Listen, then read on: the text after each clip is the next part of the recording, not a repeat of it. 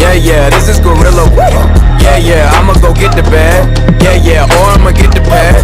Yeah, yeah, I'm so cold like yeah. Yeah, I'm so dull like yeah. Woo, we gon' blow like yeah.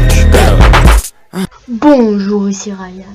J'espère que vous allez bien. Et on se retrouve pour une nouvelle vidéo qui portera sur les galaxies. Alors pour commencer, depuis le Big Bang, l'univers est en expansion.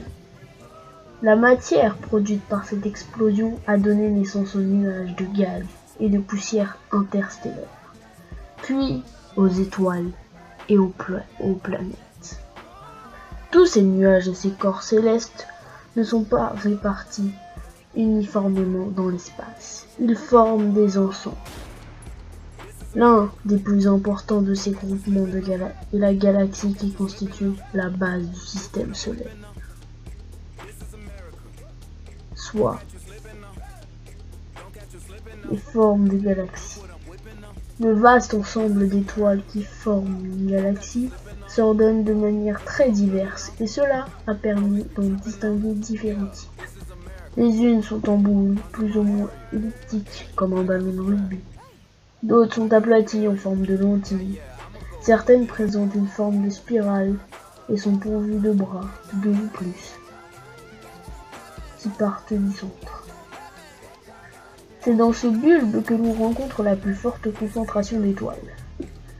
Les galaxies comme les amas ou les nébuleuses sont identifiées par des lettres et des chiffres.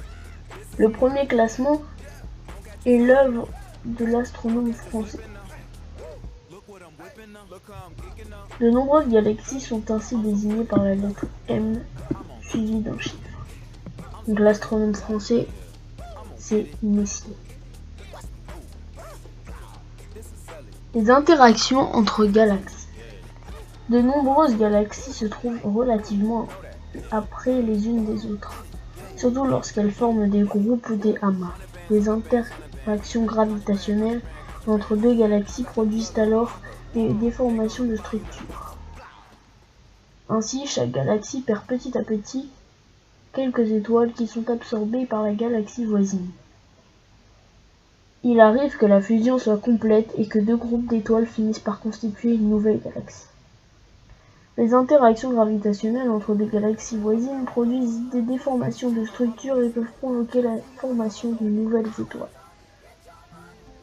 Les galaxies ne sont pas isolées dans l'univers, elles sont groupées en paires, triplées. Maintenant parlons de l'expansion de l'univers. Les galaxies les plus éloignées de nous se déplacent à des vitesses qui approchent les 270 000 km par seconde. Imaginez un peu. Une des preuves de l'expansion de l'univers est que les galaxies s'éloignent les unes des autres. Depuis la Terre, on observe que toutes les galaxies s'éloignent de la nôtre à des vitesses d'autant plus élevées qu'elles se trouvent loin de nous. Celles qui se trouvent aux confins extérieurs de l'univers sont les galaxies qui sont nées les premières. Ce sont donc les plus anciennes. Elles se déplacent à des vitesses proches de celles de la lumière, à la plus grande vitesse possible. Comment mesure-t-on la vitesse d'une galaxie?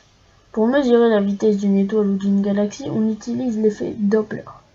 Un corps céleste qui s'éloigne de nous émet une lumière dont la couleur rouge apparente s'accroît au fur et à mesure que sa vitesse augmente. À l'inverse, quand le corps céleste s'approche, il émet une lumière bleue. Un phénomène analogue se produit sur Terre avec le son. Le sifflet d'une locomotive devient plus aigu au fur et à mesure que la locomotive se rapproche. Mais quand elle s'éloigne de nous, le son semble de plus en plus grave. Andromède, par exemple, se trouve à 2,2 millions d'années-lumière de la Terre.